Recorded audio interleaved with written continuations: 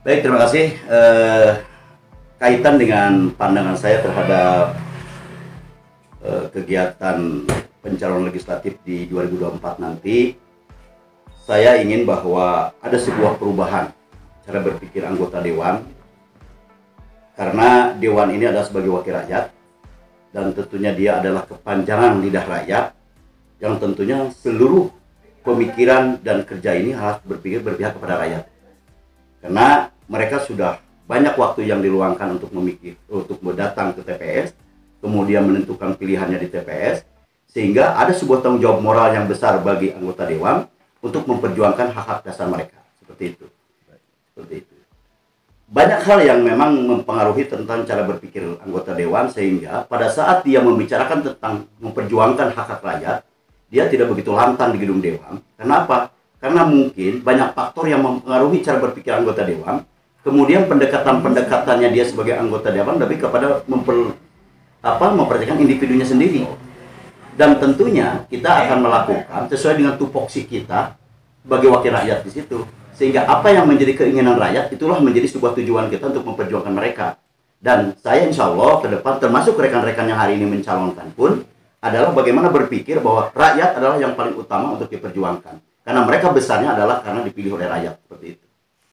Ya, kekurangannya saya kira ini banyak lah. Artinya pertama, keberpihakan. Tujuan dia untuk mencalonkan Dewan, kemudian terus jadi Dewan itu saya kira antara tujuan awal dengan praktek di lapangan itu tidak sesuai. Kan begitu, tidak nyambung. Sehingga dia lebih enak duduk di gedung Dewan, kemudian tidak banyak memperjuangkan hak-hak dasar rakyat, sehingga sekarang permasalahan-permasalahan baik itu infrastruktur, masalah sosial dan sebagainya ini banyak yang terbengkalai.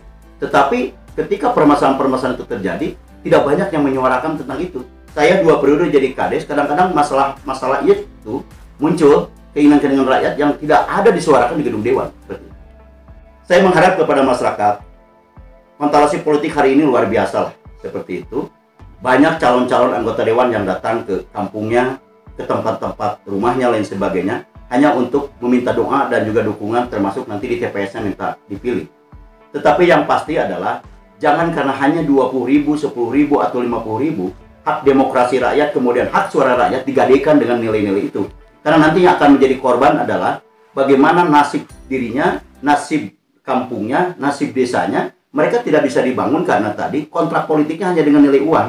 Dan tatanan kehidupan demokrasi kita akan hancur ketika seluruh suara ini dibeli dengan nilai uang itu. Harapan kita seperti itu, dan tentunya kita mengharap kepada masyarakat, jangan menggadaikan hak demokrasi kita dengan nilai-nilai yang sesaat. Karena nanti datang ke TPS cuma 5 menit, akan banyak berdampak, menentukan hak pilihan, dan akan berdampak di 5 tahun ke depan. Saya kira itu. Dan ini harus kita sama-sama, baik calon anggota legislatif, eksekutifnya, termasuk seluruh unsur pemerintah, termasuk unsur juga masyarakat, bagaimana memberikan pendidikan politik yang benar terhadap rakyat, tanpa iming-iming nilai uang lain sebagainya. Sehingga nanti ketika memunculkan anggota-anggota Dewan, betul-betul menjadi pilihan rakyat dan tanpa ada resiko apapun untuk kepentingan itu. Dia akan mati-matian memperjuangkan rakyatnya, karena suara yang itu bukan suara belian atau suara bayaran. Itu saja mungkin. Baik, nama saya Ojang Apandi, alamat saya di Desa Jamnengang, Kecamatan Kampung Pedas, Kabupaten Sukabumi. Saya mencalonkan dari Dapil 4 dari Partai Golkar. Dan sampai hari ini kita belum punya nomor urut. Tentunya bagi saya bukan masalah nomor urut, tetapi bagaimana nanti ke depan saya bisa memperjuangkan hak dasar di gedung legislatif tersebut. Itu saja mungkin saya sampaikan. Terima kasih. Assalamualaikum warahmatullahi wabarakatuh.